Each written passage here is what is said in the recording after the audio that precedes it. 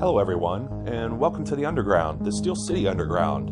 This is a podcast for fans like you, by fans like you. I am your host, Joe Kuzma, and before we get to today's topic, I'd like to remind any of our new listeners that you could follow us at steelcityunderground.com. You can find many of the topics we talk about here on our podcast, and you can also follow us on social media simply by searching for Steel City Underground on Facebook and Twitter. Now today, I'd like to talk about a very hot topic, the Steelers secondary. And about a month ago, I wrote a post shortly after the Steelers exited the postseason about the steps they might need to take in order to fix their secondary. Now, most people don't realize is maybe the Steelers secondary isn't as broken as you might think. Sure, they gave up 4,350 passing yards this season. That ranked them 30th among 32 teams, and the only teams that were worse were the Saints and the Giants. And it might be a reason for an overhaul in 2016, but the one thing that's really glaring to me is the number of free agents that the Steelers have in the secondary.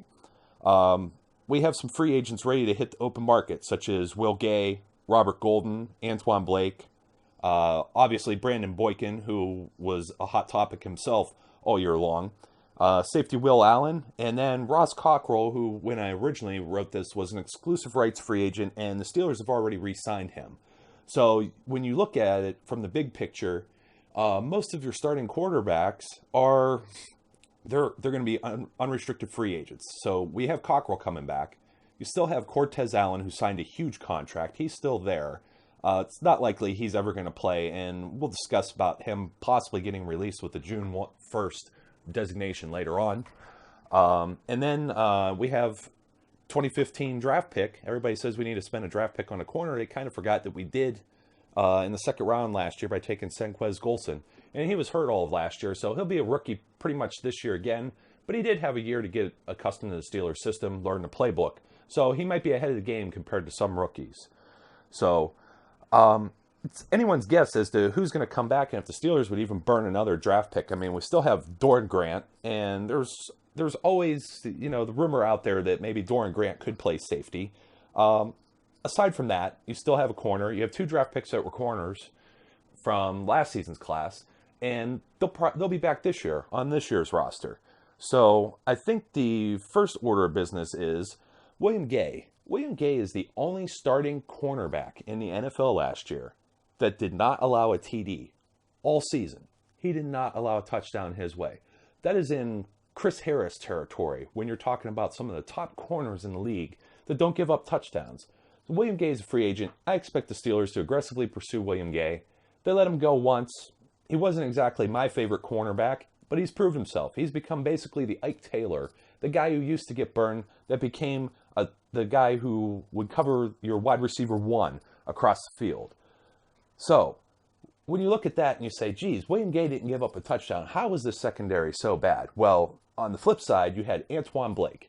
And every time I saw number 41 on the field, and it was obvious by the end of the season, I was in Cleveland. I was in the stands watching the game, and you could see that even with like second and third string quarterbacks, Cleveland Browns were throwing to the left side of the field where Antoine Blake was on almost every play. That was the first read. That was the hot route every single time. And, of course, Antoine Blake, according to Pro Football Focus, he recorded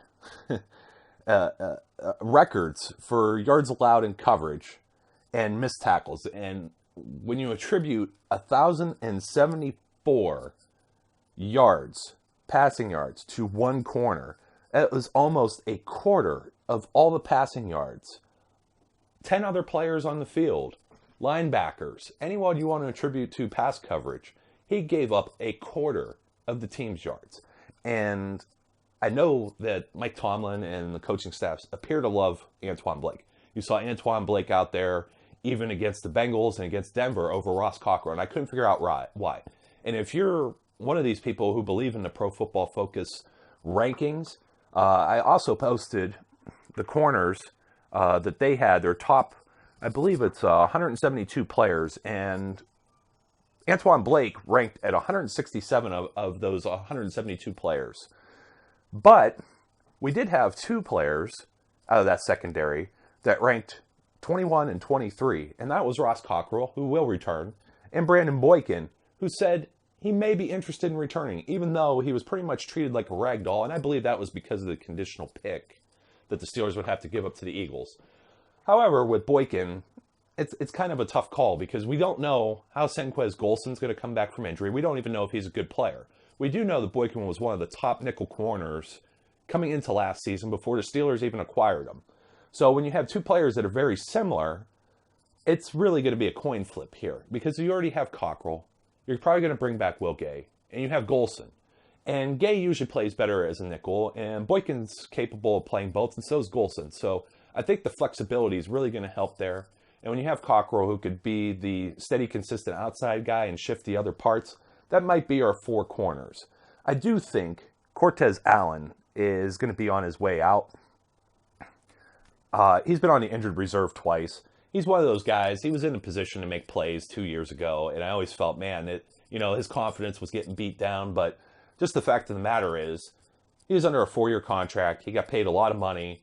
They placed him on injured reserve early last year with really no explanation. They did it the year before, too, when he wasn't doing so well, and then the team seemed to play better in his absence. So I really think that the Steelers are going to release Cortez Allen. They're going to do the June 1st designation as they did before with like a player like Lamar Woodley. They're going to get some of that salary cap savings back in order to pursue other free agents. The only problem is by the time you get the salary cap savings, a lot of your free agents are already going to be off the market. So they're probably going to have to find someone out there that kind of hangs on after the draft date, that's a veteran, it's not going to be a top level corner. You guys, we're not going to be signing like someone like a Josh Norman. That's just not going to happen. The Steelers don't have the money. So the other thing I wanted to talk about with our secondary is safeties. And like I said, we have Robert Golden and Will Allen are both going to be free agents. And a lot of people really think that the secondary is broken and they have to do all these things to fix it. Well, we already have one player in reserve with Senquez Golson. Cockrell's going to be back. So you're potentially looking at two starters. You got another that's going to be a free agent. I expect them to bring Will Gay back. It's going to be your third starter. Should you put three DBs out there, you're going to have like somewhat of a hybrid 3-4 or a nickel package, maybe with two down linemen. And we've even seen it where they put Robert Golden out there too. And I expect Golden to be back. But when you look at Will Allen, even though he's a veteran and he's older, I think there's just a lot of sentiment, a lot of legacy, emotional feelings about releasing Troy Polamalu and how that went down last year. And Troy being obviously a future Hall of Famer and all-time Steelers great. One thing that we don't really realize is we look at Will Allen and we say, oh, Will Allen was getting burnt. Well, the secondary was getting burnt even the year before with Troy Polamalu.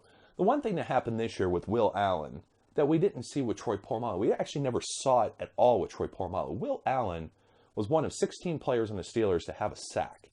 And Will Allen was the first DB since Deshae Townsend. And I want to say this is going back, this could be 2008, 2009. I'd have to look for sure. But Will Allen had 4 sacks. Troy Polamalu has never had 4 sacks in his entire career, never in one season. So when you look at that, you just go, well, wait a minute, wow. So Will Allen actually outperformed in a certain way, and he had an interception too. And one thing, Troy Polamalu is known for just taking the ball the whole distance to the field and just doing crazy stuff. Okay, he's great, right?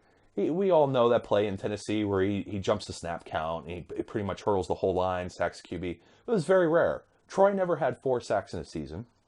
The most interceptions that Troy ever had in a season were 7, and I believe that was going back about 5 or 6 seasons, maybe 2010 when the Steelers, I want to say it was the last Steelers Super Bowl run against the Packers. So when you look at that and you say, okay, well, Will Allen had at least 1 pick. That's about Troy's average, 1 or 2 a year, a handful here or there, especially later in his career. He was more banged up, he was more injured. So when we look at like trying to spend a high draft pick, I believe when the Steelers they're gonna look at this objectively as a free agency and salary cap issue.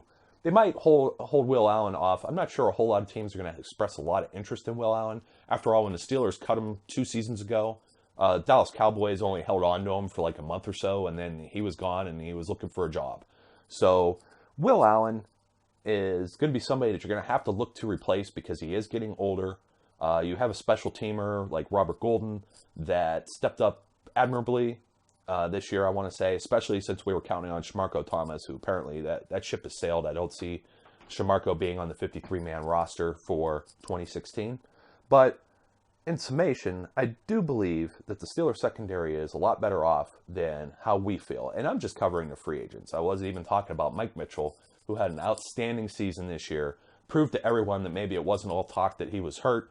Could have also been that he was learning the new system in Pittsburgh. Obviously, come over from the Carolina Panthers, where he was in a one-gap system. He only had to worry about one gap versus two gaps. And then when you're playing alongside the aforementioned crazy Troy Polamalu, who just flies around the field, that would just put me as a fish out of water myself. So I hope you enjoyed our podcast for today.